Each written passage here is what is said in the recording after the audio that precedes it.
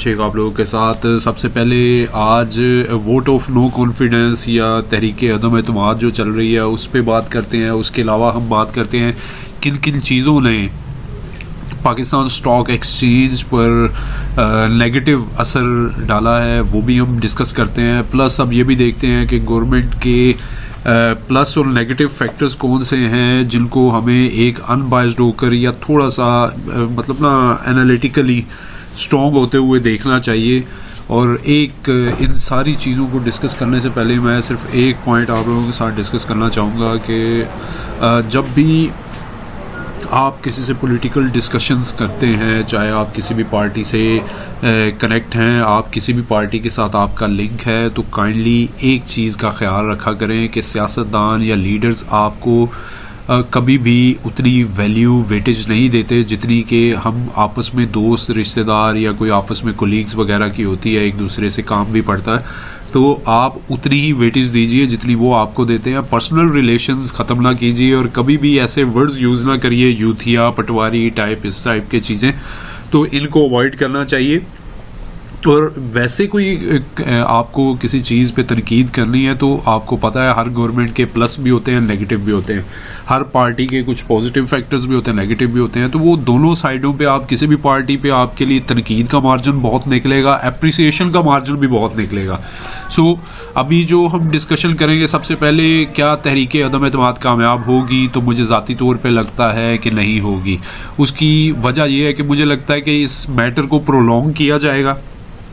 ठीक है जी, इसमें लीगल ओपिनियंस बहुत सारे हैं, वो ये हैं, उसमें से एतजाज़ अहसन सबसे जो सीनियर मोस्ट वकील भी हैं और आपको पता है वो अपोजिशन तहरीक का या पीडीएम का पार्ट हैं इनडायरेक्टली, क्योंकि वो पीपल्स पार्टी के सेनेटर भी हैं। तो एतजाज़ अहसन का कहना है कि ये सारे लोग जो एक पार्टी के टिकट से इलेक्ट होने के बाद पार्टी छोड़ते हैं और पार्टी के मैनिफेस्टो के अगेंस्ट वोट करते हैं, तो वो डिस्क्वालीफाई हो जाते हैं।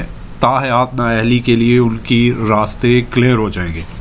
तो इसके लिए आपको ये मेंटली प्रिपेयर होना चाहिए कि ये जितने लोग अभी हम सुनते हैं जी 12 लोग हैं, 14 लोग हैं, जितने भी लोग हैं, वो अगर दोबारा आना चाहते हैं, किसी दूसरी पार्टी में शामिल होना चाहते हैं, तो पहले रिजाइन करेंगे, उन पे री इलेक्ट होंगे रेलेवेंट पार्टी के टिकट से, फिर जाके वो अपनी मर्जी का फैसला कर सकते हैं, उस पार्टी के मैनिफेस्टो पर चल सकते हैं। ये एक लीगल ओपिनियन है। अब ये किस हद तक है, कितना टाइम लेती है, इसके हवाले से हमें कोई आइडिया नहीं है। तो सेकेंडली जो आपका होता है स्पीकर, उसके पास भी राइट है कि वो इस रूलिंग को किसी ना किसी तरह से घुमा फिरा के, इवन इनके नंबर्स अगर कम भी हैं गवर्नमेंट के, तो वो इसको प्रोलॉन्ग करेंगे, डिफरेंट टैक्टिक्स यूज़ करेंगे, टाइम टेक करेंगे, और इस ड्यूरेशन में कुछ ना कुछ बैकडोर डिप्लोमेसी और सब कुछ चलता रहता है, वो भी एक फैक्टर चलेगा। लास्टली एक बहुत इंपॉर्टेंट चीज़ ये है कि ये टाइमिंग बहुत इंपॉर्टेंट है इस मोशन की। गवर्नमेंट अपने टेन्योर का लास्ट बजट पेश करने जा रही है जून में, और तकरीबन 3 मंथ रह गए हैं, मुश्किल से 3 भी नहीं रहते, 2 मंथ 10 दिन मुश्किल से रहते हैं, 10-12 दिन।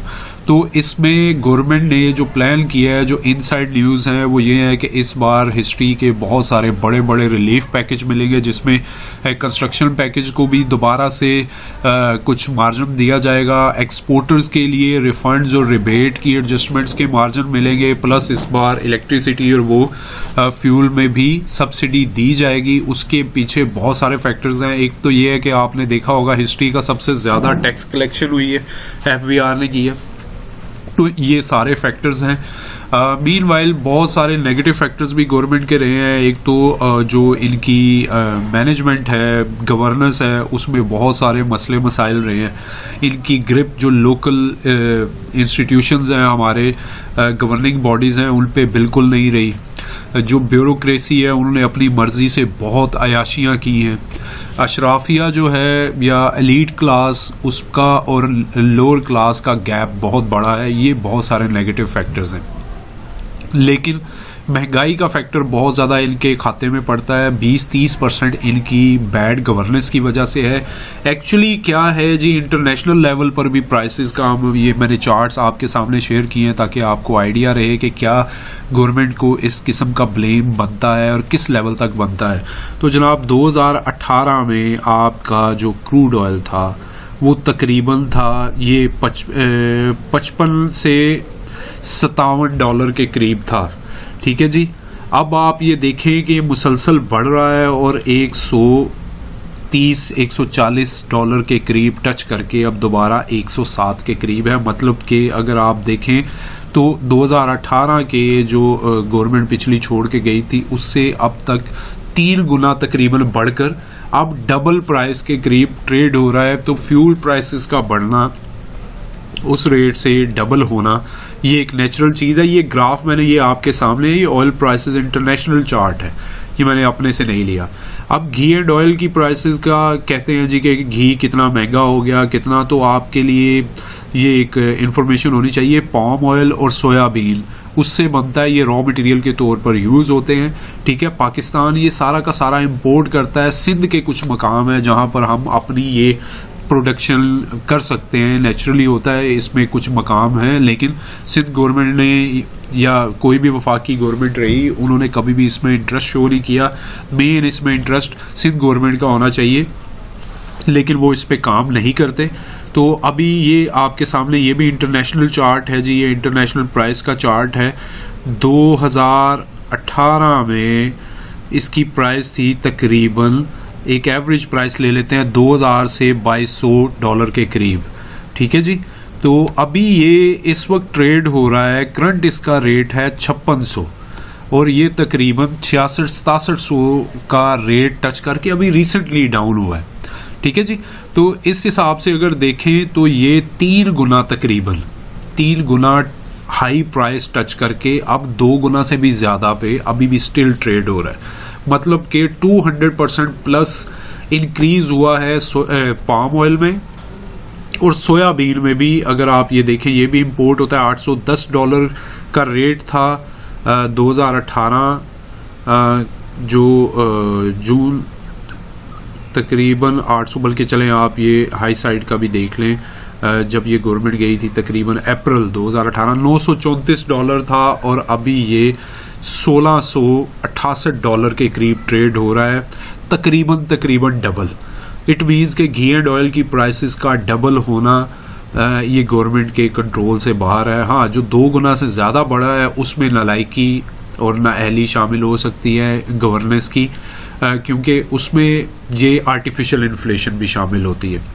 अब आपको ये वीट है, ये भी क्योंकि अभी हमारी जो आप लोगों को पता है कुछ अरसे से हमारी डिमांड बहुत ज़्यादा बढ़ रही है और प्रोडक्शन उतनी नहीं है, और हमारे ज़्यादातर जो लोग हैं एग्रीकल्चर से रिलेटेड वो भी अब आहिस्ता आहिस्ता उन ज़मीनों की हाउसिंग सोसाइटियों में बदल रही है, तो वो इस वजह से भी हमारा फ़र्क पड़ता है। हम बहुत सारी गंदम वो इम्पोर्ट करते हैं, हालांकि एग्रीकल्चर कंट्री है हमारी।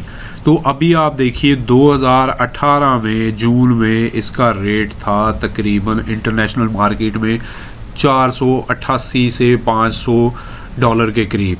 अभी ये 1044 चल रहा है, ये 5 साल में डबल हो चुका है।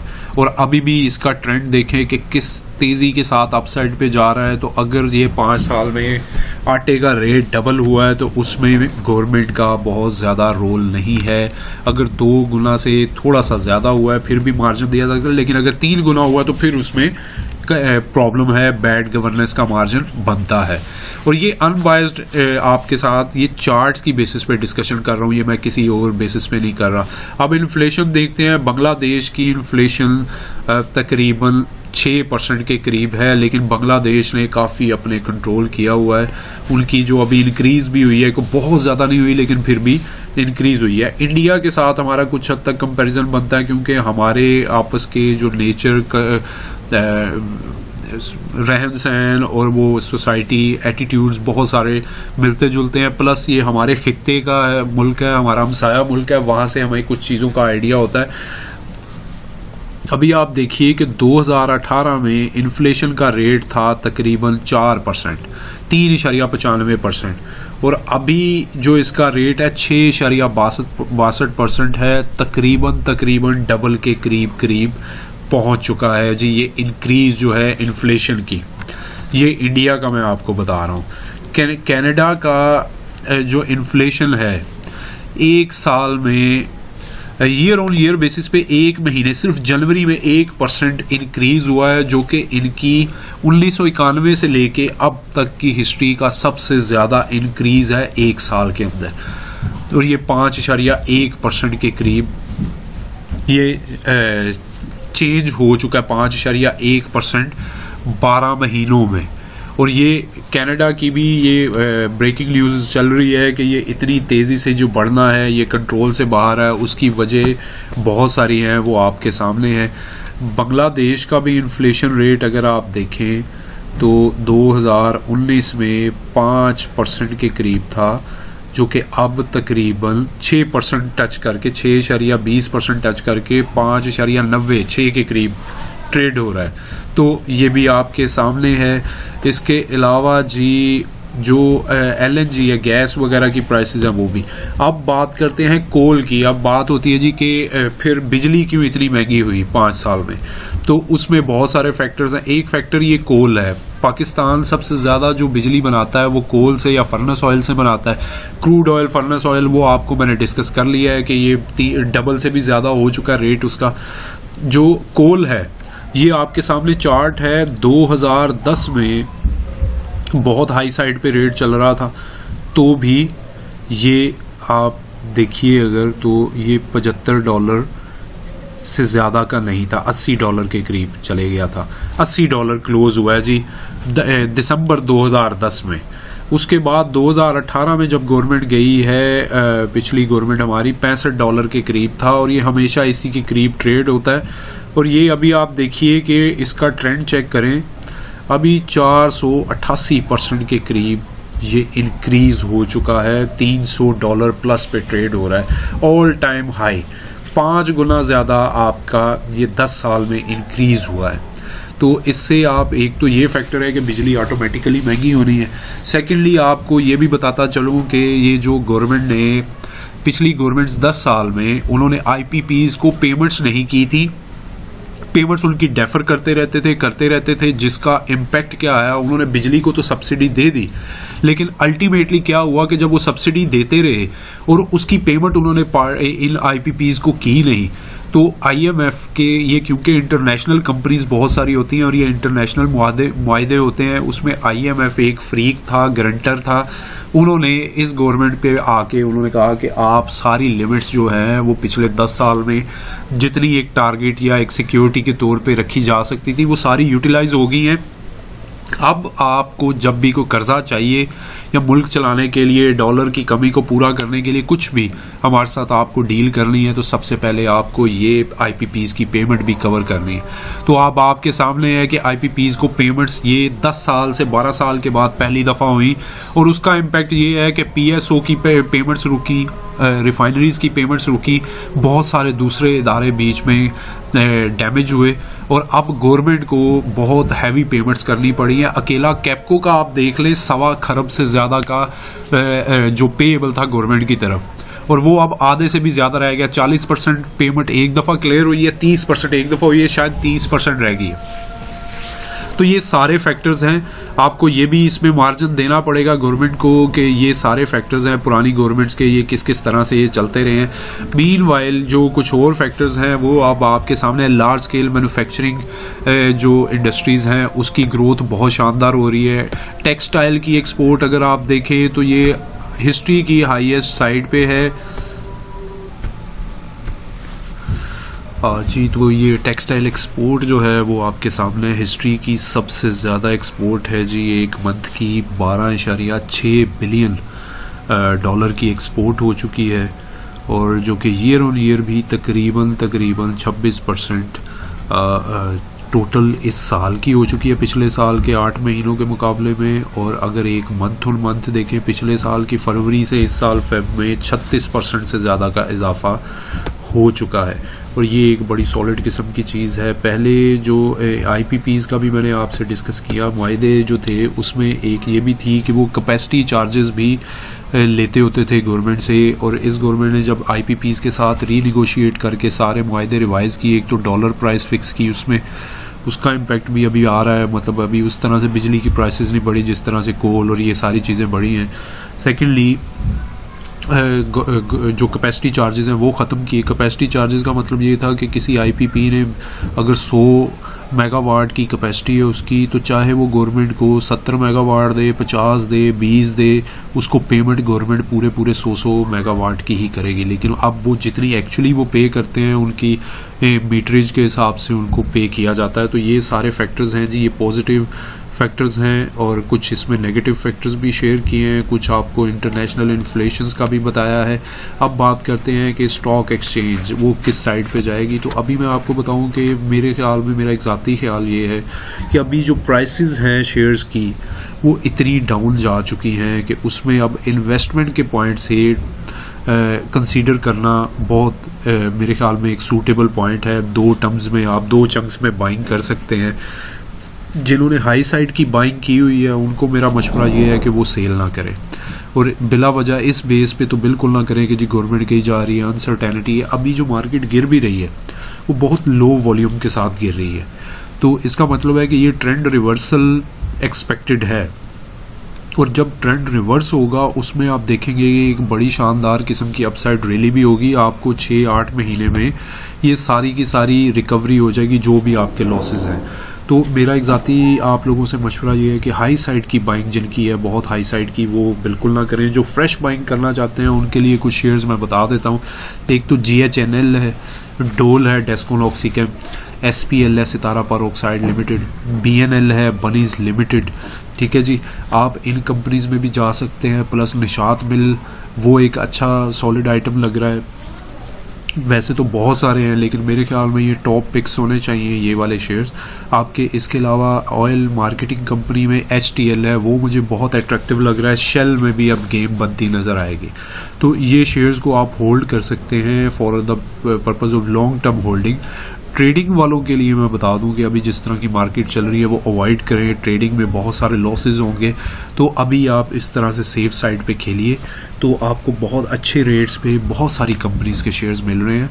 तो अभी मार्केट भी जब ये स्टेबल होगा, ये जो भी मसला है, चाहे तहरीक अदम एतमाद कामयाब हो या नाकाम हो, दोनों सूरतों में मार्केट अपसाइड पे जाएगी।